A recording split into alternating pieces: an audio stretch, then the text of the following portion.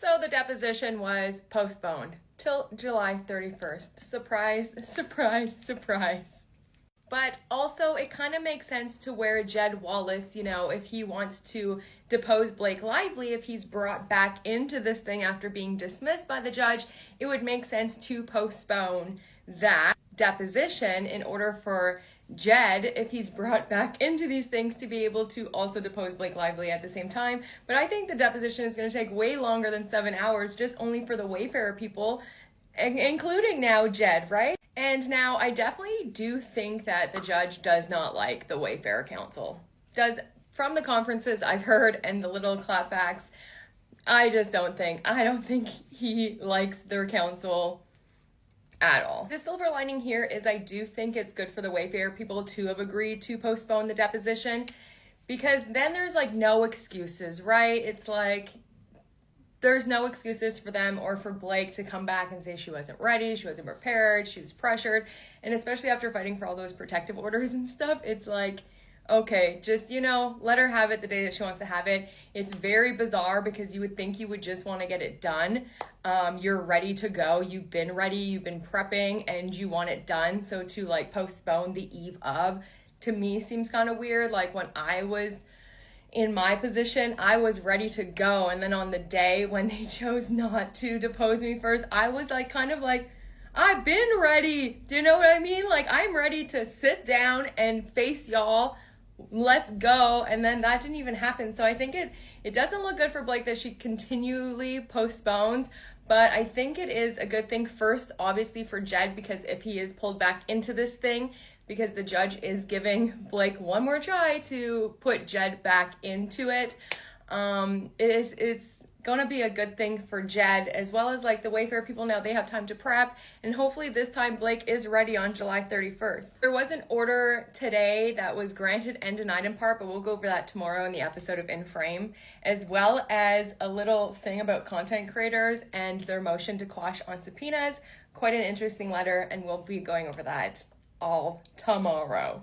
And now there is a side of me that's like, it's just the theory, but if you're on the theory that the judge is, you know, on the side of Blake and Ryan is deep in his pockets, then what a play it was to dismiss Jed Wallace without prejudice the day before Blake Lively's scheduled deposition, knowing probably full well that they were going to now ask for an extension on the deposition so that they could re-amend the case with Jed.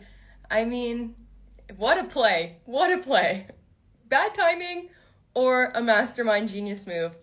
But on the emergency conference call, Judge Lyman was quick to clap back at the Wayfarer people when they brought up Blake Lively's celebrity, about how he didn't know either parties before this, and it's not about celebrity status, which I don't know if he didn't know. I mean, Blake Lively and Justin Baldoni, I understand, but Ryan Reynolds, you definitely have probably heard of him, but also maybe not. But then that also makes me think, like, is he even understanding then the total power dynamic that Blake Lively had on set over Justin Baldoni because of her celebrity status and her best friends being Taylor Swift and her husband being Ryan Reynolds and all of these other people that she surrounds herself with?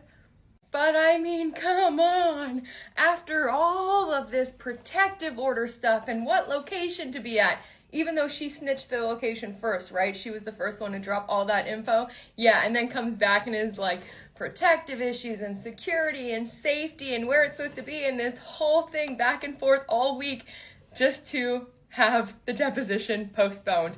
Kind of genius, super messy. You can't make this up. This is a telenovela in itself for real. But girl, it's about time you sit your butt in that deposition chair. What is it, the third time now?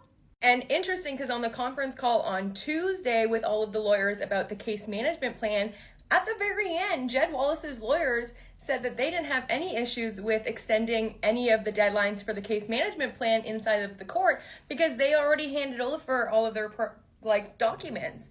So it'll be interesting to see if Blake Lively can find anything within all of those documents that Jed handed over to now bring him back into the case. But like, what did TMZ ask Brian Friedman about the deposition like just a little while ago? Like, what are the questions that you're gonna ask Blake Lively? And I think Brian Friedman was like quick with it and said something like, I'm gonna ask her to state her name because I want to see if she actually shows up. Is she gonna show up to the deposition?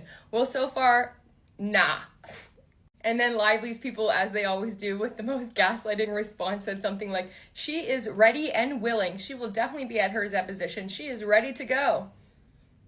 For reals? I don't know about that. It's really, really, really, like, so messy, and you can't make this up. Like, let's go all the way back to, like, the fake lawsuit that made the sham subpoena for Van Zandt. That's wild. Then you have Blake Lively over here subpoenaing the opposite counsel, yes, Brian Freeman's law firm, serving them subpoenas because she also thinks that they are part of the smear campaign and have been since the summer. So those lawyers were already trying to get those subpoenas quashed in Cali. The Cali judge was like, nah, you got to talk to Judge Lyman over here because this is messy. So serving over 16 subpoenas, they're still not done. They admitted they're still not done. Subpoenaing all of these content creators. And like, what? Everyone's part of the conspiracy theory?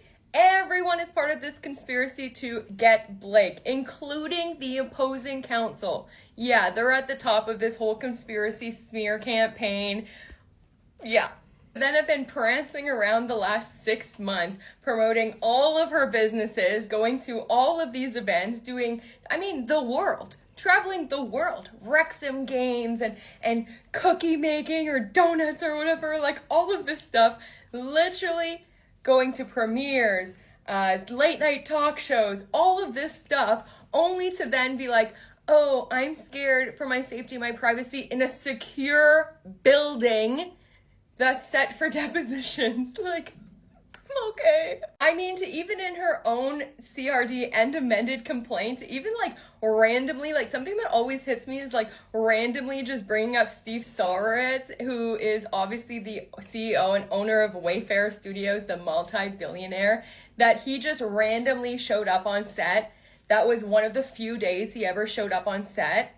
Okay, because she was gonna be in stirrups with her legs open and he wanted to see her vajayjay, even though she was covered with the same fabric that every actor, it's in her footnote of her amended complaint that most actors are dressed like this during these scenes, but not for Blake. But yeah, just randomly just accuses Steve Soretz of showing up that day because she was gonna be spread open and he wanted to see her coochie because they all wanted to just get close to that Blake.